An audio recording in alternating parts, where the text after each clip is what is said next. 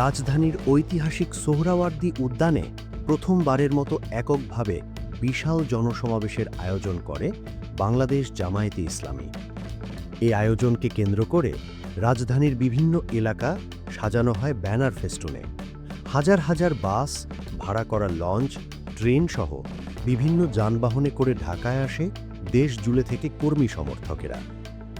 এই বিশাল সমাবেশের পরপরই শুরু হয় জল্পনা কল্পনা। জামায়াত কিভাবে এত বড় আয়োজন করল, কত টাকা খরচ হলো? বিভিন্ন সামাজিক যোগাযোগ মাধ্যম ও রাজনৈতিক অঙ্গনে দাবি ওঠে এই আয়োজনের খরচ 100 থেকে 200 কোটি টাকার মতো।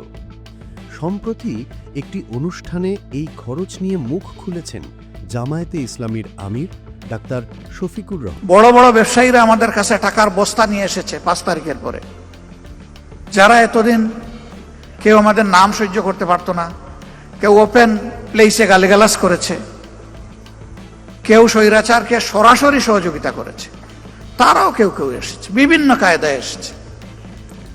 কিন্তু আমরা ওইদিকে ফিরে তাকাইনি ভাই।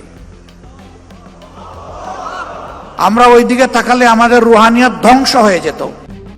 রাজধানীতে অনুষ্ঠিত রুকন সম্মেলনের এক বক্তব্যে তিনি জানান, অনেকে বলেন 100 কোটি, কেউ বলেন 200 কোটি, কিন্তু প্রকৃত হিসাব ছিল আনুমানিক 2.5 থেকে 3 কোটি টাকার মতো। শেষ পর্যন্ত খরচটা 3,25,00,000-এর কাছাকাছি হয়। আমরা যখন নিজেরা ঘুষ খাবো না, যখন চাঁদা দাবি করব না, যখন আমরা দখলদারিতে যাব না, তখন আশা করি বাকি সকলে বার্তা পেয়ে যাবেন এবং সকলের কান খাড়া হয়ে যাচ্ছে। এই বক্তব্যে তিনি স্পষ্ট করেছেন যে দলীয় তহবিল এবং স্বতঃস্ফূর্ত অংশগ্রহণের মাধ্যমেই এই আয়োজন সম্ভব হয়েছে। বড় অঙ্কের কোনো বহিরাগত অর্থ খরচ হয়নি। এই বিশাল আয়োজন ও আলোচনার কেন্দ্রবিন্দুতে থাকা খরচের প্রকৃত তথ্য জানার পর অনেকের কৌতূহল মিটলেও রাজনৈতিক মহলে আলোচনার ঢেউ এখনো থামেনি। এত বড় সমাবেশ হয়ে গেল, আমরা কি কোথাও চাঁদা তুলতে বলছি? কাউকে বলি নাই। আমরা নিজেরাও কারো কাছে চাঁদা চাইনি। আমরা এই সমাবেশটা করেছি দুটি কারণে। একটি হচ্ছে 5 আগস্টের পর অনেক দল অনেক বড় বড় সমাবেশ করেছে, আমরা অস্থিরতা দেখাইনি।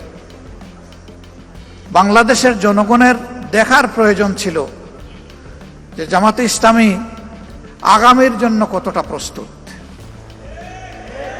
এই প্রস্তুতির একটা ছোট্ট নমুনা হচ্ছে এই সমাবেশ। এই সমাবেশ করতে গিয়ে আমরা একেবারে জান কুরবান করে ফেলিনি।